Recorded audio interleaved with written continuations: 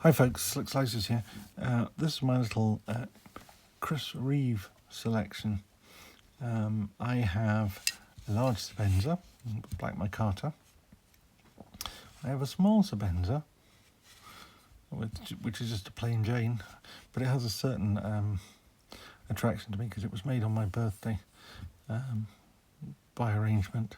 They didn't have any in stock, and they were ordering some, and Chris Freya at Fremar Knives said that he'd ask them to make it on my birthday, which they did. So the birth card for this knife has my birthday on it.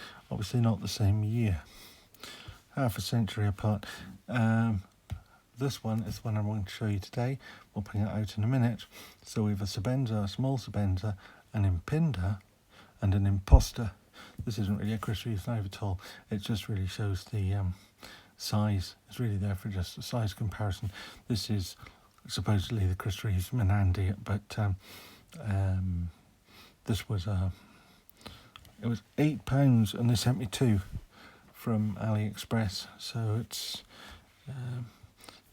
no serious knife collector would take it for the real thing. But I was thinking about buying a Menandy, and I wanted to know what size they were in the real world, because it's all very well knowing the measurements, but this was a way of getting a sort of a swatch so I could get it home.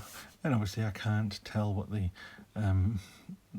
action is like, and I can't tell what the quality of the manufacturer is like for this, but I just wanted to know what it'd be like in my hand. And jury's still out. I haven't quite decided if a Menandy is something I want. If I find one with the right sort of inlay, then maybe Box Elder or something. Anyway, I'll put that out the way for now. These are all real Chris Reeves. Now, I'm a big fan of these. I think the large Sebenza there would be a perfect everyday carry knife. It's big enough to do just about any task you might throw at it. Do it with a plomb. It's got a nice hologram blade. It's got a almost mirror edge on it.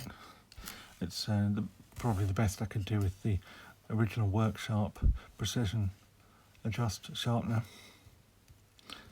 Just a nice action, lovely size. It's a bit like my Rockstead Higo, only a bit more down to earth.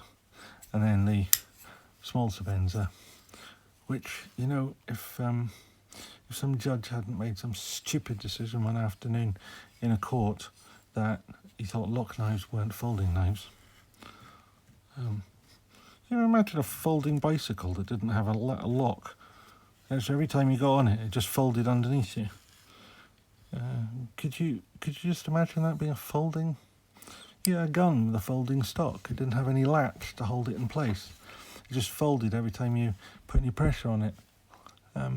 It applies to just about anything that you would call folding in this world. It almost always needs to have some sort of catch applied. It was just one of those most ridiculous, ludicrous outbursts from an ill-informed judge. And I think we're going down the same route with the sharpened edge. The legislators deliberately made sharpened edge the measure because it took into account so many different variations and that could make measurements difficult. It gave a defined, simple definition that you could measure and repeat, and instead now we have judges just making it up on the hoof without understanding the implications, which is just stupid. Anyway, enough of a rant. Those are my two Sebenzas, and this here is my Impinda. Now, I bought this Impinda second hand, but it came with this Chris Reeve slip, which has CR on this side, and on this side it has their little motto, which has always been a motto of mine actually. Think twice, cut once. I always say measure twice, cut once. It's always better than finding you've cut something too short and you can't do anything about it, or you have to cut another bit off it. Now, I'd say this was used, so it's not quite in the first flush of youth, and so it's got a few snail trails on it. It's I don't know, is it worse than my plain Jane Sebenza? Probably, but not a lot. I kind of think, you know, given a short period of time, it will end up looking just as worn. But these knives are made to be used. The one thing I wasn't too happy about with it was that there was so much Loctite in the pivot screw, and it was filthy and gritty, and I needed to take it to bits and clean it, and I had to apply an enormous amount of heat to that pivot before I could get it to move at all. And I've still I've left the bolt there. It's very slightly rounded because I was using an awful lot of force and a lot of heat till it eventually came free.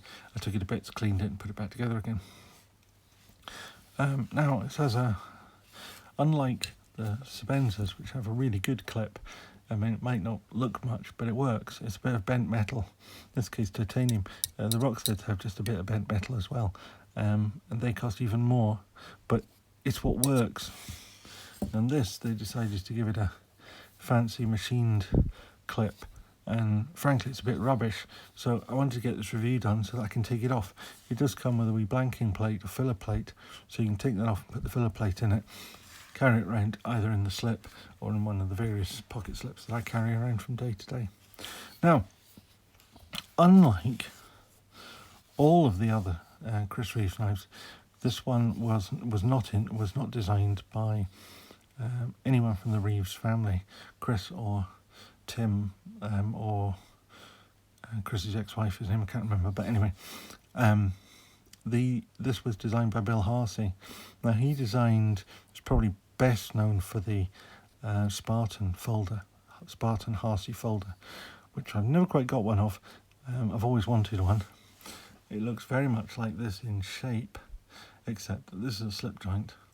The Harsey folder is of course a frame lock like the Sebenzas, but this has a very similar shape. It's quite classic in a way. You've one single finger groove, and the rest of the space is for your hand. Now, so it's a titanium handle, obviously, and then we have a S35 VN blade, which was the sort of standard for Chris Reeves until quite recently when they moved on to S45. It has an interesting detent system. When it's opening, the shape of the tang of the knife is supposed to make it easier to get the first bit open and then harder at this end, so that once it's open it locks really solid. And I have to say it does lock quite solid, but I'm lost as to, it's not like the Spyderco UK PK system, which is very much easier to open and harder to close, using a sort of cam system. This just uses the shape of the tang to mean that it's harder when it's at the almost extended end and it's softer when it's at the handle end, so it's supposed to make it easy to open. I think it's just a reasonably heavy action. It doesn't feel particularly especially smooth, but it's a slip joint. It's not a frame lock, you know. One of the things, incidentally, I like about Chris Reeve's knives, they make left-handed knives. Now, I'm not actually left-handed, I'm right-handed, but I have a few frame locks, and when you cannot open them with your right hand, it's just so frustrating. You get no experience of what a frame lock is like, and it kind of puts me off frame locks, but you know, you just can't do that if you're having to use your left hand on a right-handed knife. It makes my Rocksteads are right-handed, and although they've got even smoother actions, you can't easily do that without it dropping onto your finger, and they're very sharp, so you don't really want that. But anyway, come back to this. This is, on the outside it has a little CR logo there for Chris Reeve, and on the other side it is completely sterile, except this side is the side with the screw and the clip. Inside it I can get it to show you so that you can see it. It says Idaho and Harsey. Let's just try this with a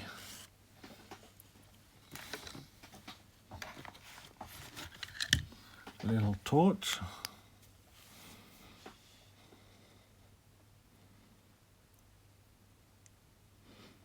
It says Harsey on that side.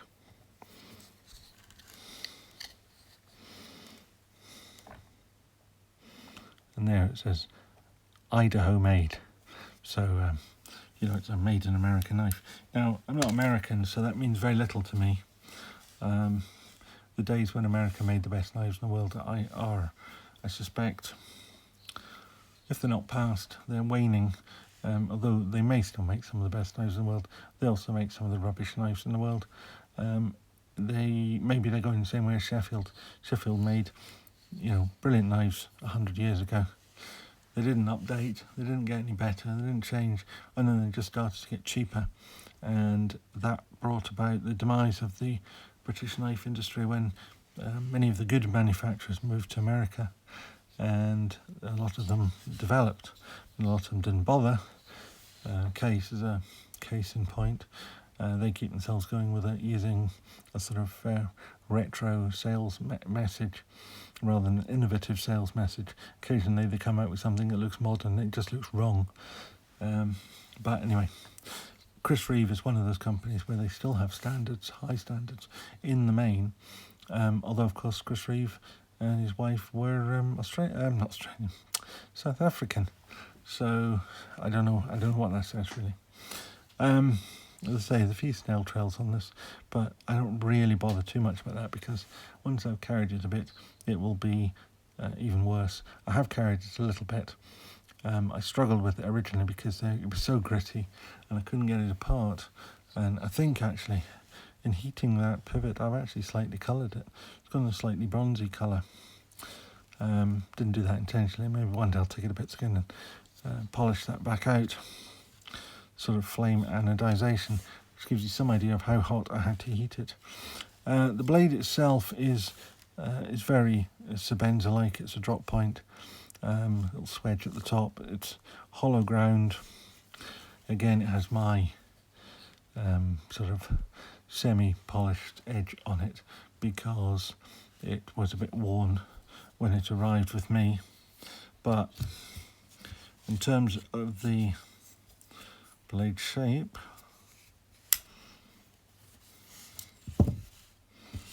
it's very similar to a Sebenza. Again, the hollow ground, the swedge, the drop point. The flat here on the Sebenza is slightly lower, or slightly broader flat, slightly less grind.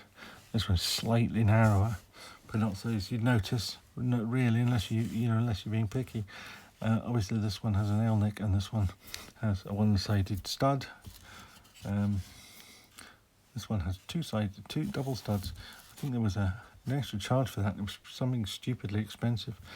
But as I say, this one's got already worn quite a bit, but I've had it for a couple of years, so it's not surprising.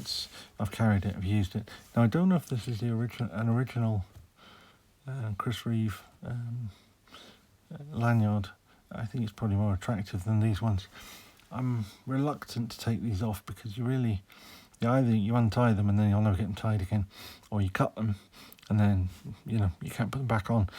So I'm reluctant to take them off, but I don't really like them. They're not the sort of lanyard I would want on a knife, and particularly not a nice knife like these. Anyway, what I really wanted to show you today was the Chris Reeve Impinda. Now, the Apostle P has done some reviews of this, and I think he basically said it was the one Chris Reeve knife he didn't like. I think partly it's because it's a slip joint. It doesn't have the walk and talk action of a traditional slip joint.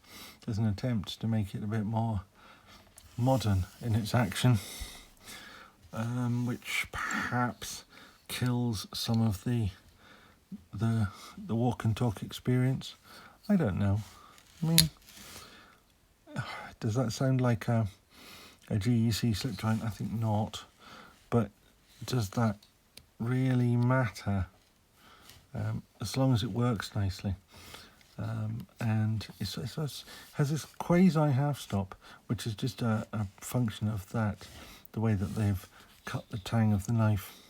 In fact, you can probably see it. If I just go like this, you can see in here a sort of corner. Now, if it had a half stop, just push this close to you, or this surface here would be flat, and when it got to halfway around, that flat surface would stop against the back spring and it would fire into a half stop position. This just doesn't. I mean, it doesn't feel like a half stop. It's a sort of semi half stop, and then you've got to ride over this corner just like you would with a half stop, and it's that and this very flat edge to the tang in here that makes it lock solidly. So I see what they get at. It sort of half achieved the desired effect, but it has rather lost the action of a traditional slip joint. In terms of fit and finish, it's a modern factory-made knife that's sort of bolted together. It's not a hafted knife. In other words, nobody's polished this to make sure that all of these surfaces line up perfectly, and that kind of shows. This is more in the sort of Italian slip joint style, except the Italians tend to crown everything, which covers up the sort of very slight, you can feel that edge there. There's a very slight spring, it sticks out very slightly. You can see the join between the spring and the blade very clearly. But it sounds like I'm having a go at this knife. My only real problem with it is the price. I mean, obviously I bought this considerably below retail because it was second-hand and not in the first flush of youth. Now I've cleaned up the pivot, sharpened it. I can't do anything about the snail trails, but as I say, that's not a problem. I'm happy with it. But had I bought this for, I think they charged about 450 quid, which is £100 more than a small Sebenza, and £100 less than a large Sebenza with my Carter, I think I'd feel a bit shortchanged. As I didn't pay anything like that, I'm very happy with it, and I can't wait to take that clip off, put the filler tab in, and start carrying it as a pocket knife rather than as a clip-on tactical thing.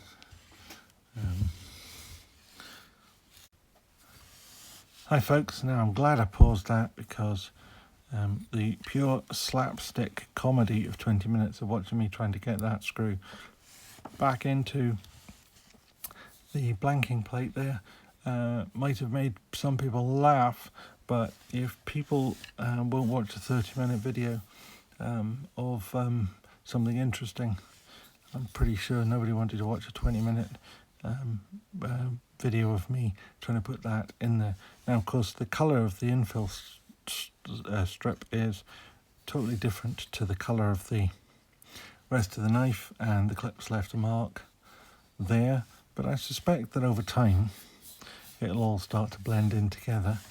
The clip is now off and will be going in the box that this knife came in. They do send you the Allen key, because it's an Allen key on these, not a Torx bit, and it's the same Allen key for all the screws on it, and it's just as well, because even if you try using fancy bits and pieces, there's a good chance that you'll round that screw, particularly if it's as well fixed in as mine was. But these other screws are not so bad. Anyway, there it is. It's now a nice slim